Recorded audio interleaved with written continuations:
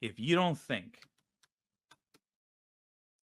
that this channel is making a difference right now, if you don't think we're making a difference, I got something you ought to see. Should I have set it up beforehand? Shut up.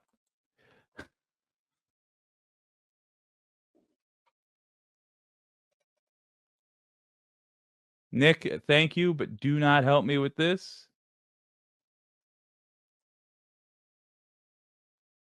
I gotta learn on my lonesome.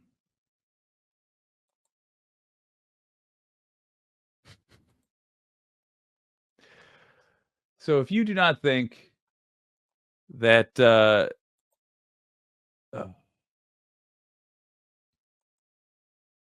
do. If you don't think that this channel itself makes a difference, looky here. Do you recognize that fella on the bottom? Doing this because there are these ICE agents are terrorizing people in communities. People are scared, as you've talked about. People in your community are scared. How much do you feel like this has kind of taken away your ability to be a teenager, and that of your friends too, and the people in your community? And I ask this because I think it's important for people to understand you're just 17, you're waking up at 4 a.m. and kind of leading a movement. You shouldn't have to do that right now. Yeah, a lot of people ask me why I do this, and I say that I do this so that no other 17-year-old has to do this. I started organizing when I was 12 years old. I've accepted that my childhood has been taken away from me, and that is nothing compared to the childhoods and the lives that are being taken from a lot of these 6 and 8-year-olds where their mother's being deported or their father's being deported.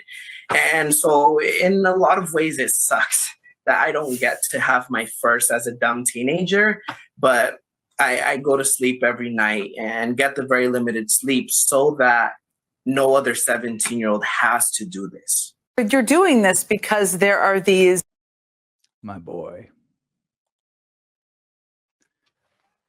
Look, I don't know. If I asked him, I haven't got a response yet. I didn't think to ask until rather close to the show. But I don't know if Cesar Vasquez got onto MSNBC because he first appeared on this space. I can tell you for damn sure that talking point about not getting to be a dumb teenager, that came from this interview. I don't know that I said it, but somebody said it. And that came from our conversation. Look,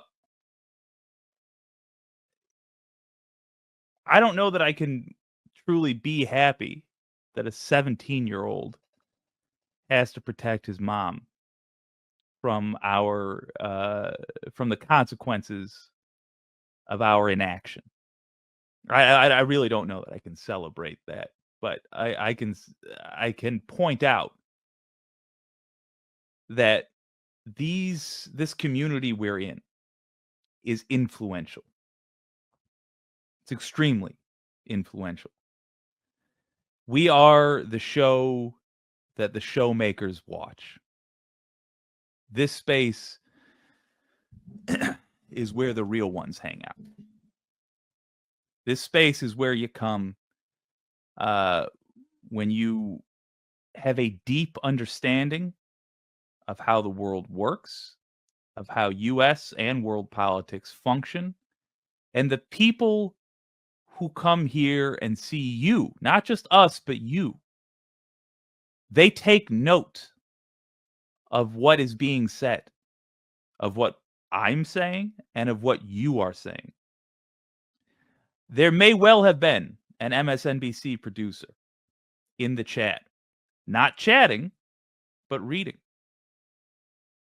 One of these names that popped in that you didn't recognize might have been the MSNBC producer who turned around and went to Jen Psaki, Joe Biden's former press secretary, now major TV show host, and said, "You got to have this guy, Cesar, on." And they might have been reading your comments too, saying, "Ooh, people love him." So understand that you have that influence. Right now, as you're talking, you have that influence.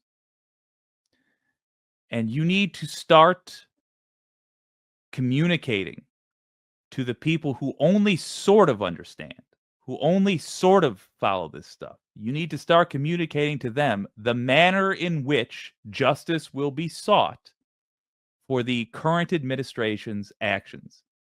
This cannot go unpunished. His behavior last time cannot go unpunished. It has. We don't drop that. I don't care what the statute of yada yada is. I don't care whatever laws are on the books. If they don't support putting Trump in prison for the coup attempt, then we need to write new ones and prosecute him under those. I don't give a damn. The reality we accept is the reality we live in. Watch this